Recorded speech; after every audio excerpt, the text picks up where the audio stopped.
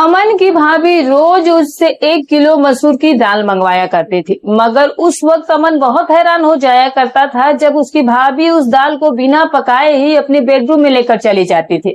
और जब वो बाहर निकलती तो लंगड़ा लंगड़ा कर चलती और कहती कि दाल बहुत अच्छी थी। एक दिन भाभी का राज जानने के लिए अमन ने अपनी छोटी बहन को भाभी के कमरे में छुपा दिया। कुछ देर के बाद जब बहन उसकी लंगड़ाते हुए बाहर निकली तो अमन की तो जान ही निकल गई थी। आज अमन की भाभी शीतल ने 1 किलो उससे मसूर की दाल मंगवाई थी। जैसे ही अमन उस दाल को लेकर घर पहुंचा तो भाभी ने उसके हाथ से थैला ले लिया और फिर वो अपने कमरे में चली रह गई। अमन हक्का बक्का रह गया था कि भाभी को क्या हुआ। अभी आधा घंटा ही हुआ कि उसके भैया आज ऑफिस से जल्दी घर आ गए थे क्योंकि उनकी तबीयत खराब थी और अमन अपने कमरे में बैठा था। भैया को देख करके अमन जल्दी से उठ करके उनके पास गया था क्योंकि वो उसे देखता है तबीयत खराब होती है तो उसे टेंशन हो जाती है। लेकिन उसका भैया बोला कि वो थोड़ी देर आराम करके ठीक हो जाएगा। और फिर वो अपने कमरे तक जाने के लिए कमरे का दरवाजा खोलते हैं तो भाभी का दरवाजा अंदर से बंद था। अब उसके भैया को कुछ शक हुआ तो उसने दरवाजे को पीटा उसके भैया ने, लेकिन अंदर से उसकी भाभी की कोई आवाज ही नहीं आ रही थी। अब अमन के भैया ने उसे घूर कर पूछा कि शीतल कहाँ है और दरवाजा अंदर से क्यों बंद है। अब जो ये अमन था वो घबरा गया और बोला कि भैया भाभी तो कमरे में ही गई है, शायद उनकी आंख लग गई होगी, हो सकता है कि भाभी आराम कर रही हो।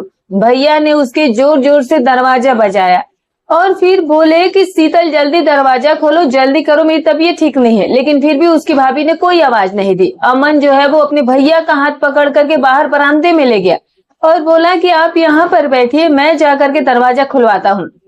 अब अमन ने जोर जोर से दरवाजा पीटना शुरू कर दिया और साथ ही साथ ये भी कहता रहा कि भाभी दरवाजा खोल दो, भैया आराम करने के लिए घर आए, उनकी तबीयत ठीक नहीं लग रही है, आप जल्दी कीजिए।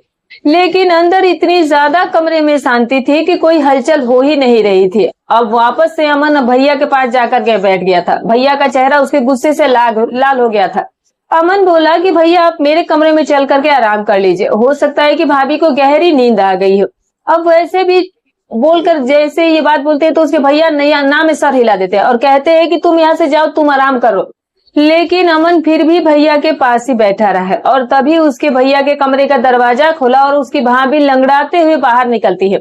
अब उसके भैया एकदम से गुस्से से उठे और भाभी पर उसके चिल्लाते हुए बोले कि कमरा तुमने अंदर से क्यों बंद करके रखा था? क्या तुम नहीं जानती हो कि मैं अपनी 2 बहन भाई तुम्हारे हवाले कर करके काम के वहां बाहर जाता हूँ? तुम तो हर रोज यही सब करती होगी।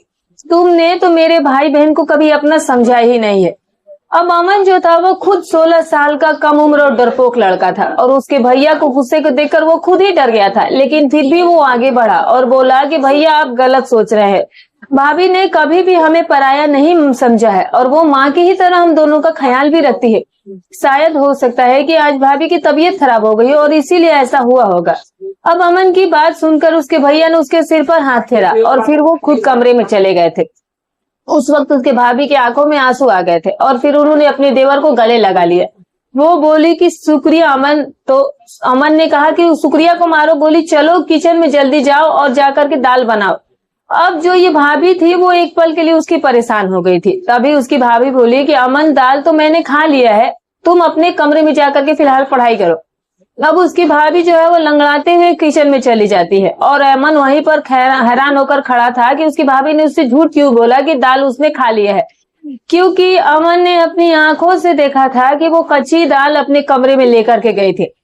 और वापस से अमन अपने कमरे में आ गया और पढ़ते पढ़ते न जाने कब उसकी आंख लग गई थी और फिर सुबह को घबराकर उसकी अचानक से आंख खुली थी। अमन के साथ साथ उसकी बहन निशा भी जाग गई थी और अब ये दोनों जो है वो किचन में जाकर अपनी भाभी की मदद करने लगते हैं। और आज उसकी भाभी भी बहुत ज्यादा बेचैन और खोई खोई सी लग रही थी और उसके भैया भी तभी किचन में आ जाते हैं और उसके भैया की अब तबीयत भी ठीक हो चुकी थी और भाभी से उसके आराम से वो बात भी कर रहे थे। अमन ने ये सब कुछ सोच करके नजरअंदाज कर दिया कि हो सकता है कि ये सब मेरा वहम हो। अब सुबह जल्दी उठकर अमन कॉलेज के लिए तैयार हो गया और फिर भैया के साथ ही वो चला गया था अपने, और वो उसको ऑफिस जाते हुए उसे अपने साथ ही लेकर के जाया करते थे। अमन और निशात दोनों एक ही कॉलेज में एक साथ पढ़ते थे। उसकी बहन के फर्स्ट ईयर के एग्जाम हो चुके थे और इसीलिए उसकी फिलहाल छुट्टियां चल रही थी, जबकि अमन जो था वो सेकेंड ईयर में था और उसके एग्जाम के अभी 3 महीने भी बाकी थे। कॉलेज से घर आने के लिए अमन जो है वो बस से सफर करता था। अब जैसे ही अमन घर पहुंचा तो उसे ऐसा लगा ही था कि जैसे उसकी भाभी जो है वो उसके ही इंतजार में बैठी हुई थी, और वो अमन को देखते ही फौरन कहने लगी कि अमन जल्दी से यूनिफॉर्म बदल लो और मुझे 1 किलो मसूर की दाल ला करके दे दो। और फिर वो अपने कमरे से पैसे लेने के लिए चली जाती है। भाभी की अब लंगड़ाहट भी उसकी खत्म हो चुकी। अमन जो था वो जल्दी से मुंह हाथ धो करके भाभी के पास गया और फिर वो अपनी शीतल भाभी से पैसे लेकर के 1 किलो मसूर की दाल लाता है। अब आज अमन ने भाभी को अपने थैला पकड़ाते हुए कहता है कि भाभी आज प्लीज दाल चावल बना दीजिएगा। अब तभी उसके भाभी के चेहरे का रंग एकदम से ही फीका पड़ गया था और फिर उसने हाँ में सिर हिला दिया था और फिर दाल वो अपने कमरे में लेकर के चली जाती है। अब अमन को एकदम से ही अजीब लगा था कि ऐसा कैसे हो सकता है कि कच्चे दाल ये अपने कमरे में लेकर के क्यों जाती है, और फिर वह यही सब सोचते हुए अपने कमरे में आ गया था और फिर बैठ करके पढ़ने लगा था। अब शाम के वक्त उसके भैया ऑफिस से आए तो फिर अमन और निशा के खाने पीने के लिए सामान लेकर के आए थे। अब उनके भैया की आवाज सुन करके उसकी पत्नी शीतल भी कमरे से निकल करके बाहर आ गई और वो फिर लंगड़ा कर चल रही थी। अब अमन फिर से हैरान हो गया कि पहले तो भाभी के पैर की लंगड़ाहट खत्म हो गई थी, तो फिर वो अब दोबारा से वो क्यों लंगड़ा रही है। अब अमन को अपनी भाभी पर शक हुआ कि कहीं वो भैया को दिखाने के लिए नाटक तो नहीं करती, लेकिन जब अमन ने अपनी भाभी के चेहरे की तरफ देखा तो साफ साफ पता चल रहा था कि उसकी भाभी बहुत तकलीफ में थी। अब अमन ने फिर से अपनी सोच को झटका और फिर वो अपनी भाभी के पास जाता है और फिर पूछने लगता है कि आखिर उनके पैर में क्या हुआ, और तब उसकी भाभी चुप सी हो जाती है। अब उसके भैया को बहुत तेज भूख लगी थी, इसीलिए उसकी भाभी फटाफट किचन में चली गई और अमन और निशा दोनों ही अपनी भाभी को अब किचन में मदद कर दिया करते थे और आज भी अमन जो है वो भाभी के किचन में मदद करने के लिए चला जाता है।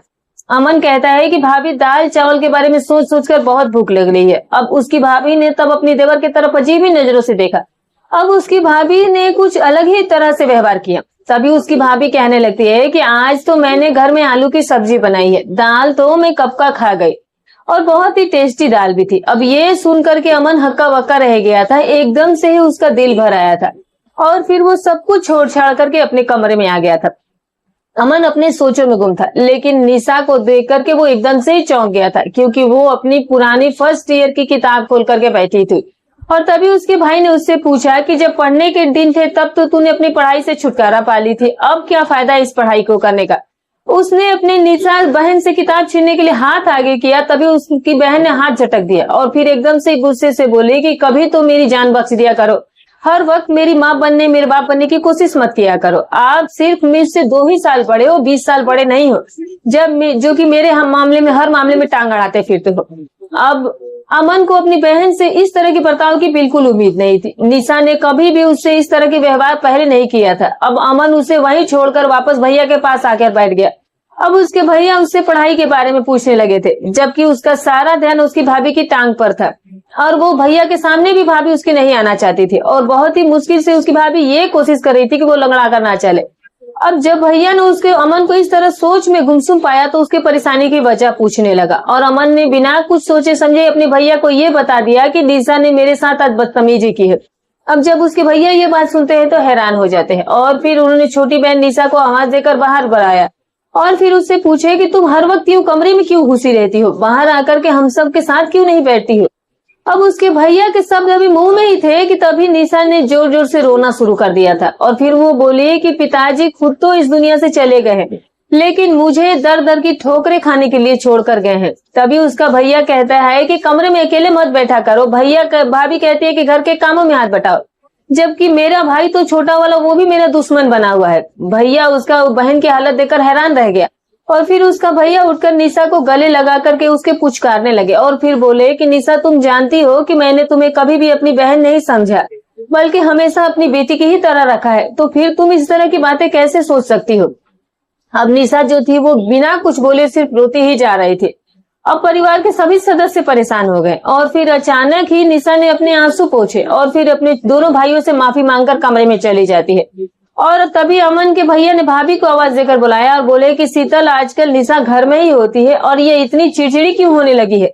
अब उसकी भाभी का चेहरा एकदम से ही सफेद पड़ गया था। अब वो बड़ी ही डरी हुई लग रही थी और फिर उसकी भाभी बोली कि सुनील, निशा जो है वो हर वक्त तो कमरे में ही बैठी रहती है और इसीलिए 1-2 बार मैंने उससे बोला भी था कि घर के कामकाज में मेरी थोड़ी मदद ही कर दिया करो, इस तरह से तुम बोर भी नहीं होगी और तुम्हारा टाइम भी पास हो जाएगा। और शायद उसे मेरी ये बात बुरी लग गई होगी। अब तभी उसके सुनील भैया कुछ सोचने लगे, जबकि अमन को ना जाने ऐसा क्यों लग रहा था कि जैसे कि शीतल भाभी उससे कुछ छुपा रही थी।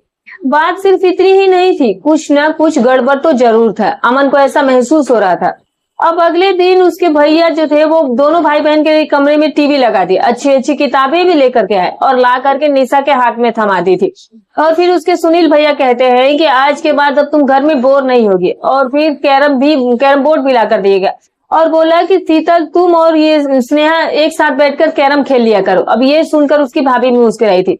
जब कमरे में अमन आया तो निशा बहुत जोश में लग रहा था, और क्योंकि उसने पूरा दिन फिल्म देखा था। बस वो बोला कि तुम बस ध्यान दिया करो। अब ये अमन था, उसका भी मन बहल गया था। अब उसके भैया तो निशा के लिए बच्चों वाली फिल्में भी लेकर आया था और अमन देर रात तक जाकर पढ़ाई कर रहा था। अब एक दिन अमन पढ़ाई कर रहा था, तभी उसने अपनी भाभी को कमरे से निकलते हुए देखा था। वो तेज तेज कदमों से चलते हुए सीधी छत पर चली गई थी।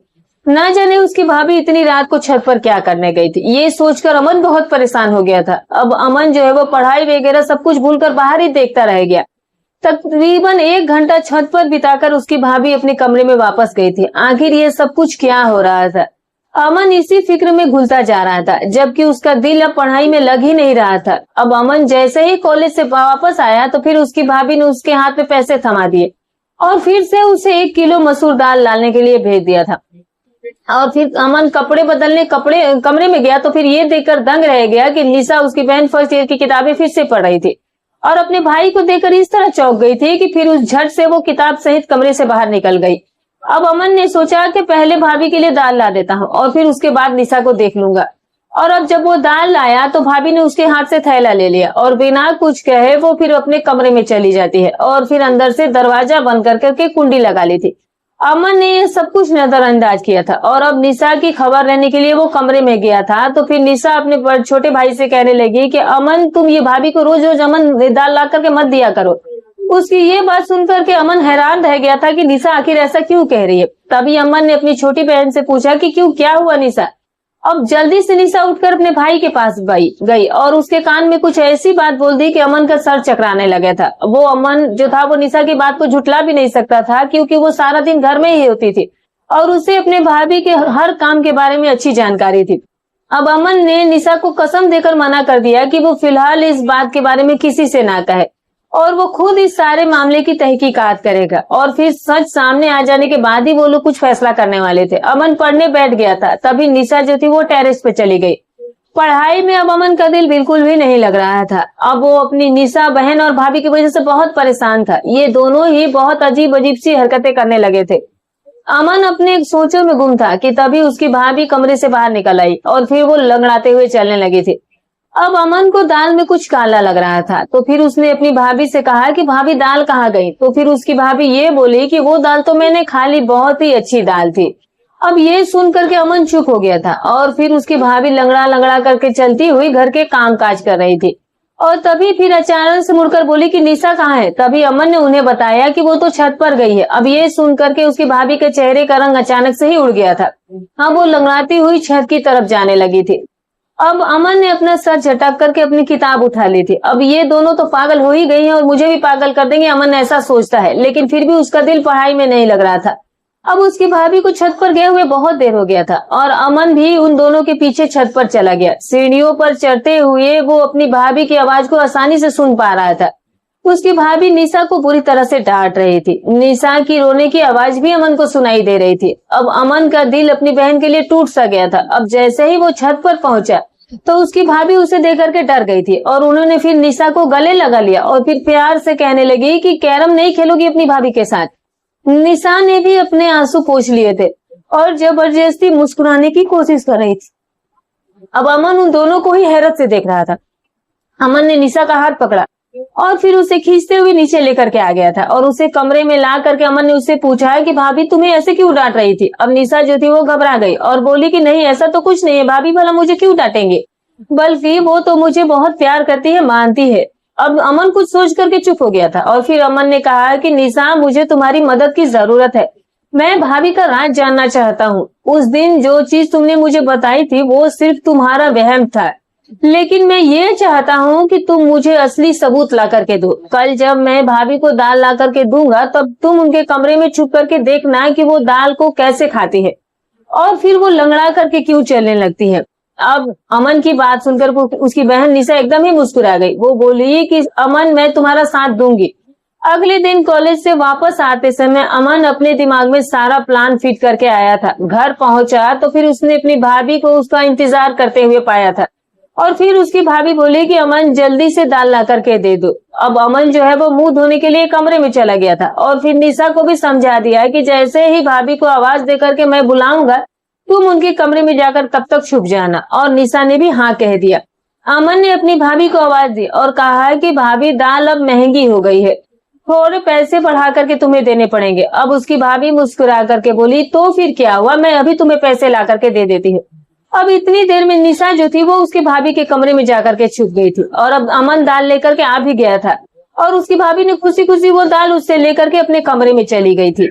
अब अमन बाहर बरामदे में बेचैन होकर के चक्कर पर चक्कर काटे जा रहा था। 1 घंटे के बाद उसकी भाभी के कमरे का दरवाजा खुला तो फिर वो लंगड़ाती हुई कमरे से बाहर निकली थी और फिर उसकी भाभी किचन में चली गई थी। तभी उनकी छोटी बहन निशा भी कमरे से बाहर निकल आई। अब ये देख करके अमन दंग रह गया था कि उसकी बहन भी लंगड़ा करके चल रही थी। तभी अमन ने निशा का हाथ पकड़ा और फिर उससे जल्दी से पूछा कि निशा, बताओ मुझे कि ये क्या मालूम हुआ तुम्हें। अब उसकी बहन निशा बहुत परेशान लग रही थी और फिर वो बोली कि अमन, मैंने तो तुम्हें पहले ही बता दिया था कि जो ये भाभी है वो हमसे छुप छुप करके घर से बाहर निकलती है, मगर तुमने तो मेरी बात का यकीन ही नहीं किया था। वो खिड़की बहुत छोटी है और उससे निकलते वक्त पैर में चोट लग जाती है और इसीलिए भाभी लंगड़ा करके चलती है। अब मैं भी उससे खिड़की से निकलकर भाभी के पीछे ही जा रही थी, लेकिन इस चोट की वजह से मैं वापस आ गई। अब अमन ने निशा को कसम दी कि वो उसके भैया को इस बारे में कुछ भी ना बताए। तभी निशा बोली कि पागल तो मैं हूं नहीं जो कि भाई का घर में उजाड़ने के बारे में सोचूंगी। और अमन ने निशा को एक किताब दी और फिर उससे बोला कि तुम इसे पढ़ लेना। अब उसका छोटा सा दिमाग जो था वो निशा का दूसरी तरफ को घुमाना चाहता था, जबकि खुद ही अमन इस दुविधा में फंस गया था कि भाभी के बारे में वो अपने भैया से क्या बताए, कैसे बताए या फिर ना बताए। अब उसकी भाभी उन लोगों के साथ तो बहुत अच्छी से रहती थी, लेकिन वो उसके भैया के साथ बेवफाई कर रही थी। और यही बात सोचते सोचते अब अमन की आंख लग गई थी। ना जाने कितनी देर वो सोचता रहा, सोता रहा और जब उसके भैया की चीखने की आवाज आई तब जाकर अमन घबरा करके उठकर बैठा था। अमन की तो मानो जान ही निकल गई थी और फिर वो भागता हुआ बरामदे में गया तो फिर उसने भैया, भाभी और निशा को देखा था। अमन को लगा कि निशा ने भाभी की हकीकत भैया को बता दी और तभी तो वो उन पर गुस्सा कर रहे थे। अमन को देख करके उसके भैया गुस्से से बोले कि अमन, मैं तो तुम्हें बहुत ही होशियार समझता था, लेकिन तुम भी इसको नहीं संभाल पाए। अब उसका भैया का इशारा जो था वो उसकी छोटी बहन निशा की तरफ था। अमन तुरंत आगे बढ़ा और बोला कि भैया, हुआ क्या है। अब तभी उसके भाई के आंखों में आंसू आ गए थे। अब तुम मुझे निशा से ये पता करके बता दो कि छत पर कौन था जो कि इससे मिलने के लिए आया था। अब एकदम ही अमन डर गया और फिर उसने जोर जोर से नाम में सिर हिला दिया था। अमन भैया से कहने लगा कि भैया, हमारी निशा ऐसी बिल्कुल भी नहीं है, जरूर ही आपको कोई गलतफहमी हुई होगी। और उसकी भाभी भी आगे बढ़ करके बोली कि सुनील, आप बिना सबूत इतना गुस्सा ना करें, बच्ची है, सुधर जाएगी अगर गलती हुई भी तो। अब उसके भैया भाभी को ही घूर घूर कर देखने लगे और फिर वो बोले कि मैंने शादी के पहले ही दिन तुम्हें ये बता दिया था कि ये दोनों लड़के और लड़कियां में सिर्फ मेरे बहन भाई नहीं, बल्कि मैं इन्हें अपने बेटे और बेटी की तरह समझता हूँ और तुम माँ बन करके इनकी परवरिश करना। इस तरह से तुमने इनको लालन पालन दिया, इस तरह से इनका पालन पोषण किया। और फिर अमन ने निशा का हाथ पकड़कर उसे कमरे में ले गया और फिर उसे कमरे में ले जाकर के पूछा कि तुम मुझे सच सच बता दो कि आखिर क्या बात हुई है। और निशा फिर रोते हुए कहने लगी कि भाभी ये चाहती है कि हम दोनों उनके पति का घर छोड़ करके चली जाए और इसीलिए वो ये सब करके हमें हमारे भाई की नजरों में गिराना चाहती है। तभी अमन बोला कि तुम बिल्कुल भी फिक्र मत करो, हमारे लिए गड्ढा खोदने वाले खुद ही उसमें गिर जाएंगी। अगले दिन अमन भैया के साथ कॉलेज जाने लगा और तभी उसके भैया बहुत ही शांत थे और उनके आंखों में गुस्सा साफ अमन को दिखाई भी दे रहा था। अमन ने भैया से कहा है कि भैया, आज आप ऑफिस से आधी छुट्टी लेकर के मुझे कॉलेज से लेने के लिए आ जाइएगा। मैं एक हकीकत आज आपके सामने रखना चाहता हूँ। अब उसके भैया कुछ कहे बिना ही चले गए थे, लेकिन ये उनकी मेहरबानी थी कि वो उसे लेने के लिए दोपहर में आधी छुट्टी लेकर के आ गए थे। तभी अमन ने उनसे कहा कि वो घर से बाहर ही रहें जब तक कि वो इशारा करके घर में उन्हें बुलाए ना, और तब जाकर के आए।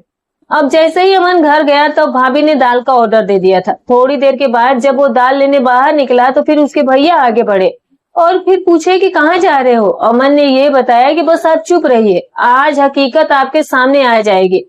अब अमन दाल लेकर के घर आ गया था और तभी उसकी भाभी ने उसके हाथ से दाल का थैला लिया और फिर वो कमरे में चली जाती है। अमन को इसी वक्त का इंतजार था। अब वो जल्दी से घर से बाहर आया और फिर अपने भैया को अपने साथ घर में लेकर के गया और फिर उसने कहा कि भैया आप अपने कमरे का दरवाजा जाकर के खोलिए। अब उसके भैया के पास एक चाबी थी जिसके जरिए उसने दूसरे कमरे का दरवाजा खोल लिया। अब जब वो लोग अंदर दाखिल हुए तो फिर भाभी जो थी वो उसके कमरे में थी ही नहीं। उसके कमरे की खुफिया खिड़की भी खुली हुई थी और उसके भाई ने उस खिड़की से बाहर देखा तो फिर उन्हें भाभी नजर आई थी और वो तेज तेज चलती हुई कहीं जा रही थी। अब उसके भैया भी उस खिड़की से कूद गए थे, जबकि अमन और निशा भी बड़ी ही मुश्किल से उस खिड़की से उतर पाए थे। अब तीनों ही मिलकर के उसकी भाभी का पीछा करते हुए दूर एक सुनसान सी जगह पर पहुंच जाते हैं, जहां पर एक बाबा का कुटिया होता है, जहां लोग ताबीज बनवाने के लिए आया जाया करते थे। अब तेज तेज चलते हुए अचानक से जब भाभी ने उसके पीछे मुड़ करके देखा तो फिर वो तीनों को देख करके उनके चेहरे का रंग ही फीका पड़ चुका था।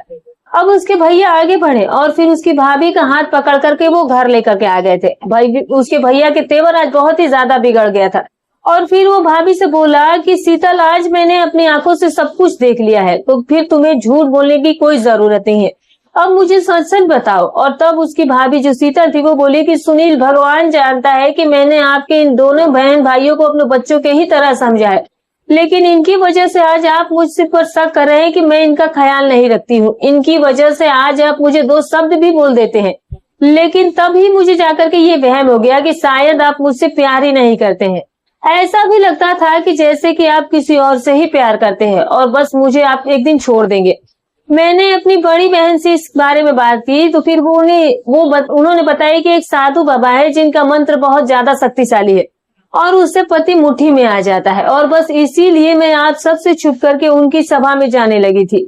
साधु बाबा ने ये कहा था कि पूरे 30 दिन तक 1 किलो मसूर की दाल पर मंत्र का प्रयोग करना है और वही दाल नहर के किनारे फेंक देनी है। अब मुझे ये सब कुछ करते हुए पूरे 25 दिन हो भी चुके थे और मैं आप दोनों के जाने के बाद उसी मंत्र का पाठ करती थी, जिसकी वजह से निशा पर ध्यान में रख नहीं सकी और यही मुझसे चूक हो गई थी। अब निशा जो है वो अपने ही इलाके के आवारे लड़के रवि से मोहब्बत कर बैठी है और इनके दरमियान चिट्ठी और खत और फोन का बातचीत का सिलसिला शुरू हो चुका था। मुझे जब निशा पर शक हुआ तो इसीलिए मैं आधी रात को उठ करके छत पर चली गई थी और तब मुझे रवि का फेंका हुआ एक खत नजर आया था जिसमें उसने निशा की खूब तारीफ करी थी और वो निशा को मैंने खत दिखाया और फिर उससे कहा कि मैं तुम्हारी हकीकत तुम्हारे भाइयों को बता दूंगी और इसीलिए टाइम है, अभी भी सुधर जाओ। लेकिन निशा तो मुझे ही अपनी दुश्मन समझने लगी थी और अब मैं ये ठान चुकी थी कि 30 दिन के बाद जब मेरी सारी प्रक्रिया पूरी हो जाएगी और जब मेरी मन्नत पूरी हो जाएगी तो फिर इसके बाद मैं निशा से सख्ती से पेश आऊंगी। लेकिन ये व्रत पूरा होने से पहले ही आप मेरा राज जान चुके हैं। मैं आपसे इसलिए माफी मांगती हूँ कि मैं निशा का ख्याल नहीं रख पाई। मैंने निशा की तरफ देखा तो वो शर्म के मारे सिर झुकाए खड़ी थी, ऐसा अमन ने देखा और उसके भाई ने देखा। अब सुनील आगे बढ़कर निशा के सर पर हाथ रखता है और बोलता है कि बेटा, अगर अभी अच्छा लड़का होता तो मैं उसकी शादी खुद तुम्हारे साथ करवा देता, लेकिन वो एक बहुत ही बुरा लड़का है। इलाके के हर लड़की के ऊपर ही वो नजर रखता है। अब ये बात सुनकर के निशा रोने लगी और बोली कि भैया, घर में सूनापन और अकेलापन महसूस होता था और इसीलिए मैं इस गलत रास्ते पर चल पड़ी, वरना मुझे रवि में सच में ही कोई दिलचस्पी नहीं है। तभी उसके भैया मुस्कुराए और अब उनके सर से भारी बोझ उतर गया था और फिर उन्होंने दोनों भाई बहन को अपने कमरे में भेज दिया। यकीनन अब वो अपनी भाभी यानी कि शीतल की खबर लेने वाले थे और वो भाभी को कभी भी दोनों भाई बहन के सामने नहीं डांटते थे। और अमन ने ये भी कहा कि भैया, आप भाभी को कुछ मत कहना, वो हमारी माँ जैसी है। अब उसकी भाभी रोते हुए इन दोनों भाई बहनों के गले लग गई और फिर से एक बार उनके घर में एक प्यार का खुशनुमा माहौल बन चुका था। तो दोस्तों, ये रही कहानी। आपको ये कहानी कैसी लगी कमेंट करके जरूर बताइएगा। तो दोस्तों, कहानी पसंद आई हो तो वीडियो को लाइक कर दीजिएगा, चैनल पर नए तो सब्सक्राइब कर दीजिएगा और हाँ दोस्तों, वीडियो कहाँ से देखते हैं कमेंट करके जरूर बताइएगा। फिर मिलूंगी कल एक और नई रोचक कहानी के साथ। तब तक अपना और अपने परिवार का ख्याल रखना।